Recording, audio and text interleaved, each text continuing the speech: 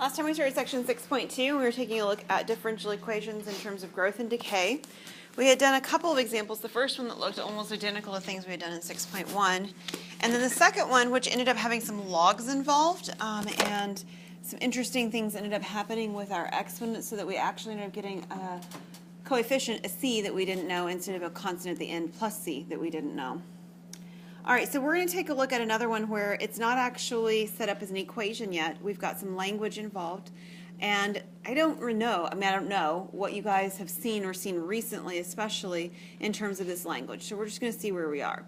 So it talks about the rate of change. So what does it mean when we see rate of change? That's language you should know. What does rate of change mean? Somebody said it. It's derivative. So rate of change of y means the derivative of y, right? So this is talking about y prime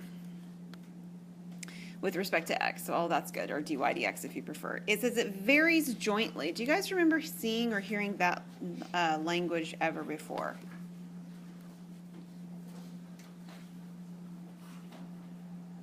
Okay, so I'm going to take that as a no. Usually you see it in an algebra course. So I know that our college algebra course here has it. If you would have been in like a math analysis course or a pre-calculus course, you might have seen it in there. For something to vary jointly, it would mean that it has a constant multiplier, so we'll call it k. This says the derivative of y, so this is dy dx or y prime. Let me write it as dy dx just because it'll be nicer later. And for something to vary, it means that it has a constant multiplier times a value x. Okay? But this one says it varies jointly as x and L minus y. So we actually get the x and the L minus y multiplied together. That's what varies jointly mean. You might have heard, or this might be a more familiar one, so you've heard of varies inversely. All right, fantastic. Inversely would mean you've got the inverse, like a reciprocal. So if you saw something that said that it varies inversely, you would have a k, and then you'd have like a 1 over x, or a 1 over L minus y, or whatever the varies inversely value is. Okay, jointly simply means you have more than one piece, and they get multiplied. And the other phrase that you'll sometimes see or hear, and this is a real common one too, is varies directly. So if you think about that, when we use that in everyday language, that's the most common one. When you say there's a direct correlation, right? There's a direct correlation between the amount of time you study and how well you do in your classes. There's a direct correlation between how much sleep you get and how alert you are the next day. Those kinds of things. It means that if one increases, the other one increases. That's the idea of varying directly. Okay? So if you saw it varies directly, it would be the k times the x, or the L, or the t, or whatever the letters are that they give you. Okay, so direct variation looks like whatever it is equals kx. This is direct. Inverse looks like k over x. So the way things happen when they're an inverse variation is that when one thing increases, the other thing decreases. That's why you get that fraction going on, right? So if you increase how much food you eat, you will decrease how much, I don't know, something else. I was going somewhere with that and it didn't work out very well. But you have the right idea, right? Okay. And then the other one was varies jointly, and that would be something like xz. So this is jointly. So these are the three different kinds of variation that you see talked about or worked out with the language that's involved here. All right, so our problem right now says dy dx equals k times x times L minus y. And what we're wanting to do is we're wanting to solve this differential equation. So we're going to do what we did last time, which is what? Yeah, we need to move the dx, right? So right now if I move the dx, I get dy equals k times x times L minus y times dx. But I've got still a problem with how this is written, and I can't just start antidifferentiating things yet. What's wrong?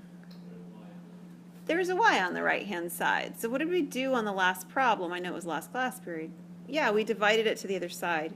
So I'm going to write it as 1 over L minus y dy equals, and then I've got the kx dx on the right. Okay, so we've got to have all of one variable isolated from all of the other variable in order to do the antiderivative. And then we can, in fact, do the antiderivative. So we'll do the integration. So L is a constant, agreed? Okay, And k is a constant, so those values aren't going to affect any of our actual values. They're just going to get to come along for the ride, if you will. We'll do the right-hand side. It's the easier option. What is the antiderivative of kx?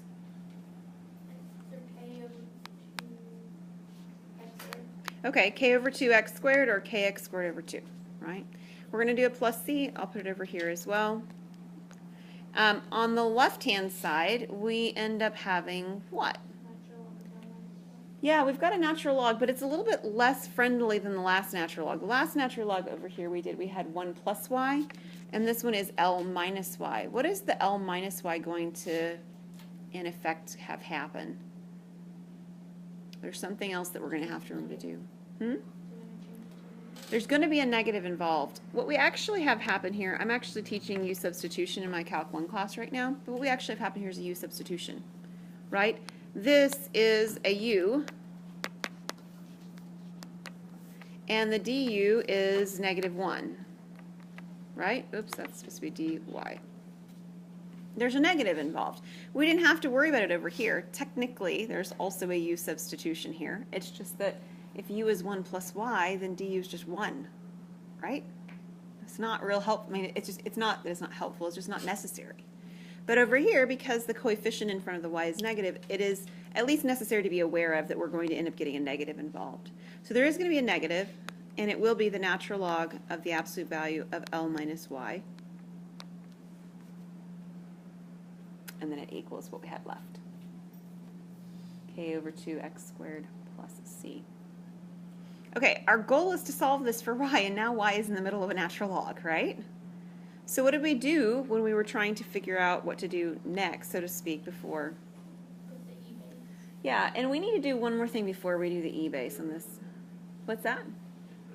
Yeah, that negative's got to go away. We have a couple options. One's a little bit easier to deal with than the other. So what is one option for dealing with that negative?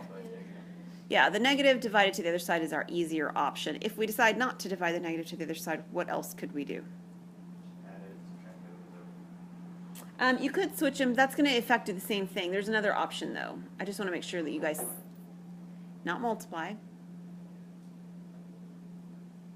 You could move that to being an exponent on what's inside of the log. Right? And then that would change. The bad part about that, especially on this one, is that that would change the value inside of the log to have a negative exponent, which would turn it into a fraction inside. That's not the easiest way to do this. But recognize that that is there. I mean, like, that is a legit possibility. All right, so we're going to divide the negative to the other side because that's a much easier approach, I think, on this one. So I don't even think I have that piece down. All right, so then we have our natural log. We have L minus y equals negative k over 2x squared. We can put minus c or plus c if you want. It really doesn't matter because eventually it's just going to be a constant anyway. It doesn't make any difference. So if you really want to be careful and keep the negatives there, then we'll put it. It doesn't much matter. All right, so Abby mentioned we're going to do base e's, and she's exactly right. There is going to be a base e on each of these. So the e and the natural log over here, inverse operations, leaving me with L minus y. Whoops. The absolute values become less necessary, and so we can leave them off, and that's okay. Over here on the right-hand side, we have e to the negative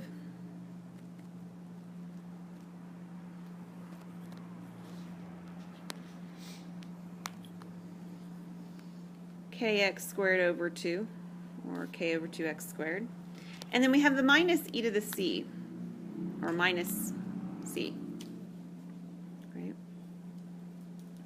Now, I mentioned in the last class period, I guess it was when we were working in this section, but in the last class period, that eventually this constant coefficient is going to come down to being a coefficient in front of the variable, or in front of the exponential e. And so one way to think about this then is that we have, let's just call these C1s. I'll call them all C1. So we have C when we're done. Over here on the left-hand side, I have the L minus y still. This is e to the negative kx squared over 2, and this is e to the negative c1. But e to the negative c1 is just some constant, agreed? It doesn't really matter what that number is per se, but it's some other constant. So we'll give it a slightly different name, and we just can call it c. So this is CE to the negative KX squared over 2. And it's L minus Y. I need some more space, so give me a second. I still have some over here. All right, so I need to move the L, and I need to divide by the negative, correct? So if I move the L, I get negative Y equals E, oops, I need my C first, CE to the negative KX squared over 2, plus or minus L, and then divide by my negative. So my Y equals negative CE to the negative KX squared over 2 plus L. And it's quite possible that you will see the negative in front of the C not written as well. Why? C is just some arbitrary constant anyway, so we could sort of absorb the negative into the C if you prefer, and it doesn't have to necessarily show up. I don't think WebAssign should freak out about it, but just be aware that it might just absorb it, and it actually might write down that your answer is actually just some constant, different constant, obviously C than your C originally, E to the negative KX squared over 2, and then plus the L down here. So some version of this is what you would have. Okay, either of those would be viable options. Any question on that one? Does anybody remember the varies inversely and directly after I told you what it was? I'm just curious. The what? The varies inversely and directly and jointly. Does anybody remember learning about those at some point? It's been a while. Been a while. Along, and in chemistry you would have seen it. Okay. Yeah, that's true. The varies inversely in that. Yeah. All right, let's take a look at another one. This one says to find the function y equals f of t passing through 0, 10 with the given first derivative. So what's it telling us we need to do?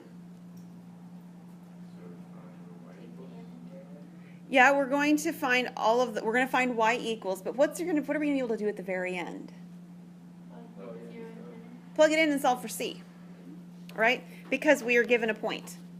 The point allows us to find a particular solution. It actually allows us to solve for c when we're done.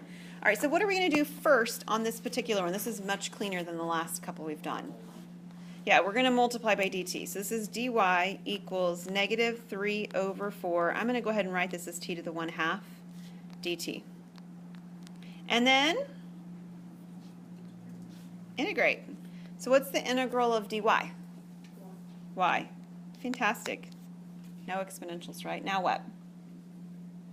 Or no logarithms, is what I meant to say. Here's my negative 3/4, and then what?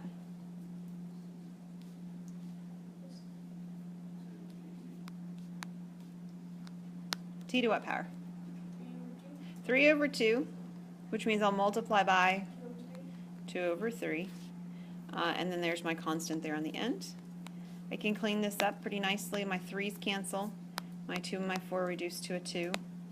This is negative 1/2 square root of t cubed if you prefer, or t square root of t plus c. So this is my general solution. But I can find a particular solution because they tell me that 0, 10 is a point on this general solution. In other words, y is equal to 10 when t is equal to, what was it? 0.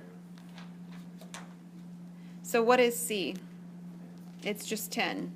So my general solution now has a particular form. It's y equals negative 1/2 square root of t cubed plus 10. Or the other thing that you might see right here instead of square root of t squared is what? Or square root of t cubed? T square root of t. Yeah. Well, one of those two forms is what we'll want it in terms of WebAssign might accept to the 3/2. I mean, that's quite possible. When you're doing it on your test, remember I want whatever form it ends in to be however form it started in. This started in radical form, so our answer will be in radicals when we're done. Does that make sense? Okay. Alrighty. Oh, have you seen the phrase proportional to? Proportional to is the same thing as a direct variation. Those are phrases mean the exact same thing. So this one's got some language we're going to have to write down first, just like number 3 did. It says the rate of change of y is proportional to y. So what does rate of change again mean? Yeah, dy dx. It says it is proportional to. Do you remember what proportions look like? Yeah, they look something like this. I'll just use letters. M over N equals X over Y. That's a proportion, right? Fraction on each side, you can cross multiply, fun stuff like that. You probably did way back in like 7th grade, maybe 8th grade. But proportions is something that's really common in pre-algebra topics, okay? So when we say it's proportional to, it's the same idea as this, right? We're looking at a proportion. So we're going to end up with the proportional to is the same thing as saying it's a direct, whoops, variation. All right, so the direct variation we talked about before is that we had a constant. I used k, that's kind of a typical letter. And then proportional to y means we're going to have k times y. It's a direct variation. All right? It's over 1 if you prefer, if you want to write it as like the standard proportion that you know and love from way back when. But this would be proportional to. And so we're going to simplify this, right? Change this so that we have all the x's on one side and all the y's on the other. So what will that look like? Okay, so dy equals ky dx, and then what? Before. Yeah, Abby's right. We need to divide by the y, right? We need all the y's on the left. So we have 1 over y dy equals k dx. Now we can integrate.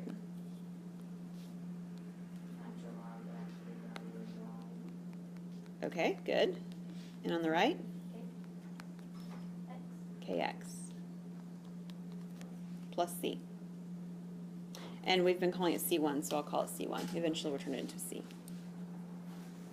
All right, what did we do next? Base E on both sides.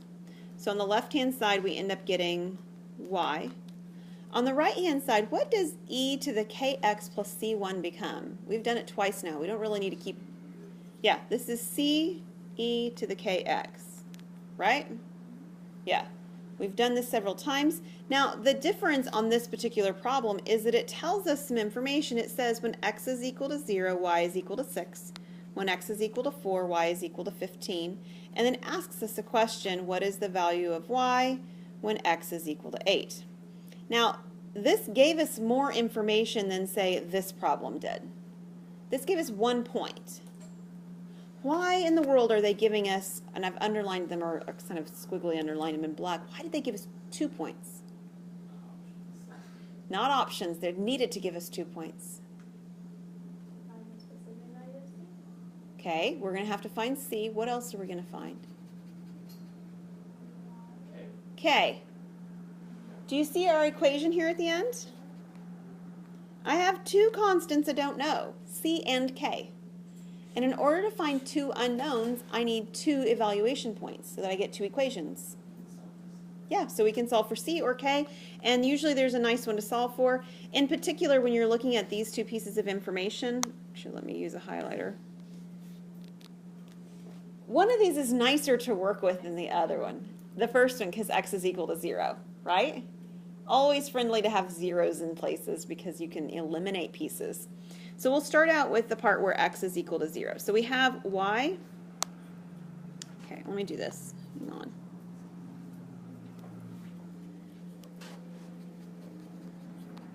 So we have y equals ce to the kx, and it tells us that y is 6 when x is 0.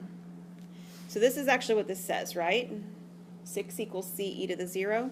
What is c then? It's 6, because e to the 0 is 1.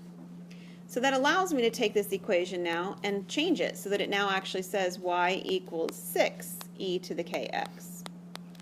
And then I can use the other piece of information. It says that y is equal to 15 when x is equal to 4. So this is 4k, or k times 4 in my exponent now.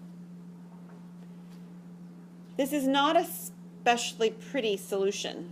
All right, we're going to get an ugly decimal representation. It's a rational value, and that's okay. So let's actually start working through that and figure out what we would get. What would I have to do here to solve for k? Divide by 6, so I have 15 over 6 equals e to the 4k. Now what? Natural log. So if I take the natural log of both sides, then I get the natural log of 15 over 6. Again, not especially pretty. But what's on the right-hand side going to happen? You're just going to have 4K. I'm just going to have 4k because e and natural log are inverse operations of one another. What's my last step? Divide by 4. So k is equal to this crazy ugly expression. And typically speaking, 4 decimals is what you'll see used here. So let's figure out what we get with our calculator for a 4 decimal expression of this. So you can do this one of two ways. You can actually type it in kind of like it looks right here, where you type in a bracket, a natural log, a parenthesis, 15 over 6, and then all of it divide by 4. Or when I have lots of parentheses going on, I usually just start with the inside out and I type 15 over 6 and I hit enter. And then I type natural log, and then I either enter a whole bunch of decimals. That's not really what I ever do, but you can enter a whole bunch of decimals.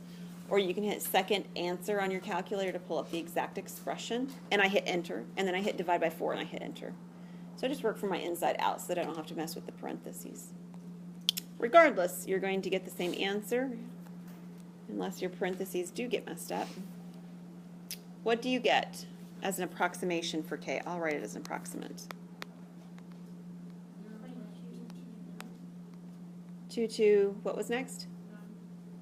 Let's go with 4 decimals. Okay, what's next after that? 1. So my equation now has a new form again. It's y equals 6e to the 0.2291x. Now, this is my equation, but that's not exactly what I was asked to find. I mean, I need this, don't get me wrong, but what was I actually asked to find? What y is when x is 8. So what I really want is I really want to take this equation and plug in 8. So I want to find out what is y of 8. In other words, when I put in y times the 2291, I'm sorry, not y, excuse me, the 8 times the 2291, use that as an exponent on e, and then times 6. So what is our best approximation for this value with 8 plugged in? Yes, and solutions at the very end are typically rounded to 2 decimals. The reason we keep the decimal in the middle to 4 decimals is so we don't lose accuracy along the way. Okay? And if you want more than 4 decimals, that's okay with me. Usually 4 decimals is sufficient. I think if you go back and you try 6, you're not going to get anything different than 3751. So you'll still have the same value. Okay, so could we have been asked to stop before we found y of 8 equals all this stuff? Of course we could. You just need to be careful about what the directions ask you to do on the problem, right? It's like the last section we were talking with. We had all these we had all these directions. Some said verify, some said find, some said determine, right? And you have to make sure that you're actually doing what the question asked you to do, in part because you don't want to do more work than you were told to do, right? Yeah. All right, this last example, number 5, is actually an example of a growth model. So let's talk about what a growth model is now. So an exponential growth or decay model is the following. If y is a differentiable function of t, y is greater than 0, and y prime equals ky, which is exactly where we started for some k, then where c equals an initial value, k is the constant of proportionality, and when we have k greater than 0, which we did on the last example, right? It was 0.2291. It was positive. It's called exponential growth. And if k is less than 0, hence it's negative, that is called exponential decay. And in terms of graphs, I know you've seen these before because we did them at the very beginning of this particular semester. Exponentials that grow look like this, right? This is the k greater than 0 values it's referencing for a function y equals c e to the kx. And then the exponential decay functions look like this. And this is when we have y equals c e to the kx, but k is less than 0 or negative. We have a decaying function.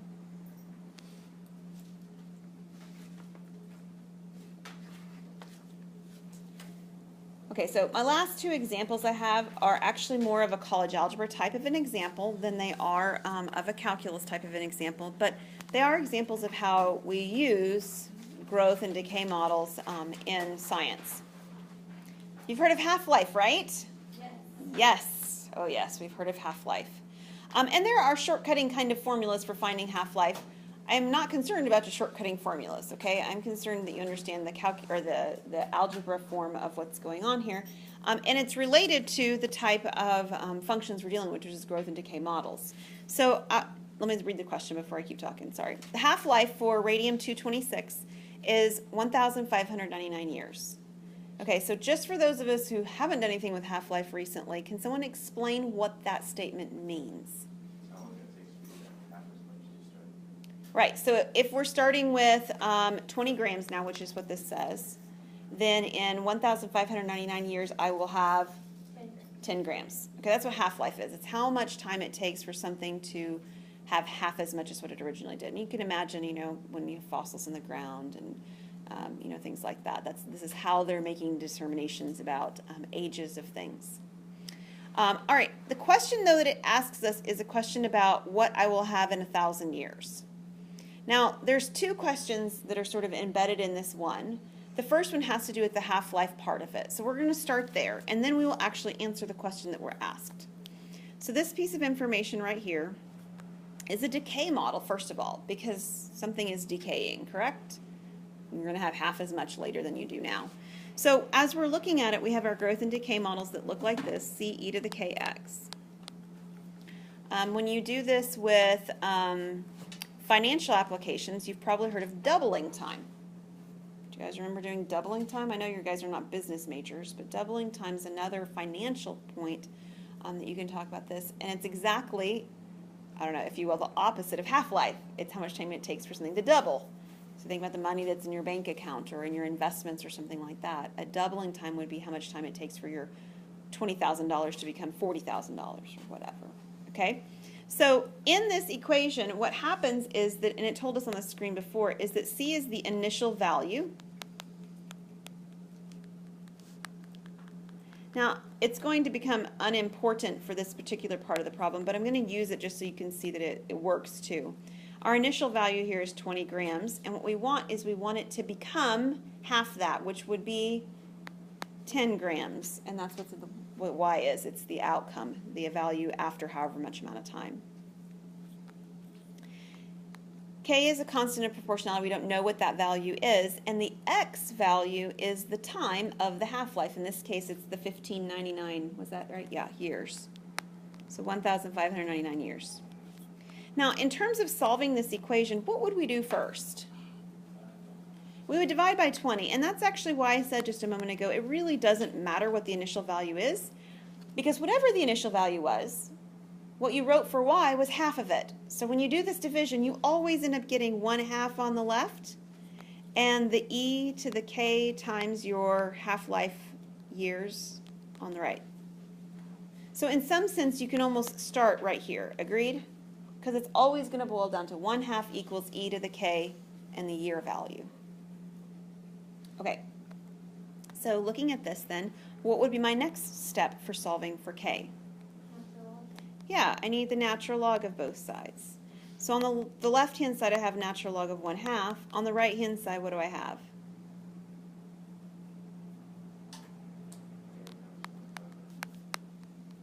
K times 1599, 1599. And then my last step in solving for K would be to do division by the number of years, this 1,599 years. Now, we are going to have to approximate K for this to make sense, and like I said, we're going to go with, typically speaking, 2 or 4 decimals of accuracy. The problem is, what's going to happen on this one? Go ahead and put in your calculator. I'm going to make sure mine looks the way I'm expecting it to. It's been a while since I calculated the exact.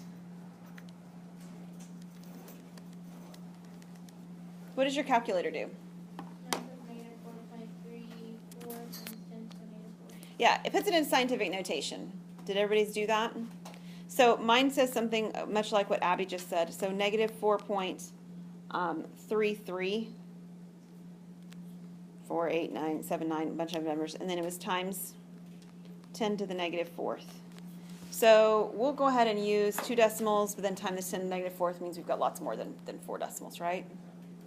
That work? You good with that? Okay. Be careful when you're using your calculator. It's awfully easy to look at that value and to just sort of not look at the end where it has the e negative 4 on the right-hand side. So be careful when we're working with these because we're often going to get some exponentials with scientific notation. All right, so what's my equation? Well, my equation then, from right here, is y equals, I do have 20 to start with, and this is e to this very interesting scientific notation type of number, negative 4.33 times 10 to the negative fourth, and then x, right? If you don't want to use x and you want to use the letter t for time, you could do that. That would be fine as well. Sometimes you'll see that used. All right, so then our question is actually able now to be answered. We have to find k before we can actually do part A. Part A says, how much will I have in 1,000 years? So what would I need to do? Yeah, we need to plug in 1,000 for x. Now, my best suggestion is your calculator still has this scientific notation value with all of its decimals of accuracy, or at least as far as the calculator go, in there, right? Does it? Is it still on your screen? For those of you who did it, good. My suggestion is to take what's on your screen right now and just multiply by 1,000. Now you've got a decimal expansion that's not in scientific notation. Mine says negative 0.43348 and so on. Right? You can use that as your exponent now. So if I do second natural log, which is the second e, to the negative 4.3348, however many decimals is, quite a few is fine, or you can do second answer. And then take that expression and or that number and multiply it by 20. Now, you should expect a number that is more than 10. Why? Because that was the half-life value, which was 1,599 years, and we're not there yet, right? We're at 1,000 years. So if your answer is anything smaller than, than 10, you got a problem. It needs to be between 10 and 20, and also better not be bigger than 20, right? That would be growth, not decay. Right? We didn't put the dinosaur in the ground and it grew. It doesn't do that, right? We grew a dinosaur tree. All right. So what do we get? What did you guys get? 12 point, and we'll use 2 decimals, 964, so 96. Grams, thank you so much. Yes, it is grams. What's that? Oh, yeah, we're going to leave units off of K. We're not going to worry about K's units. Yeah, but you're in physics and we're in math, so. Divided by 1599, you get the ratio of 5 by 20. Would that be more accurate? It well depends on how accurate. I mean, if you're keeping your decimals along the way, it's not going to be any more accurate. But a different approach, yeah. But you're not using the growth formulas, so. Show me afterwards what you mean, and we'll double check it, okay? I have one more problem. How much will I have in 10,000 years? I can do almost the same thing, right? What's going to be different? Yeah, just the x value, yeah? So this is 20e to the negative 4.33 times 10 to the negative fourth times 10,000. So going back through this,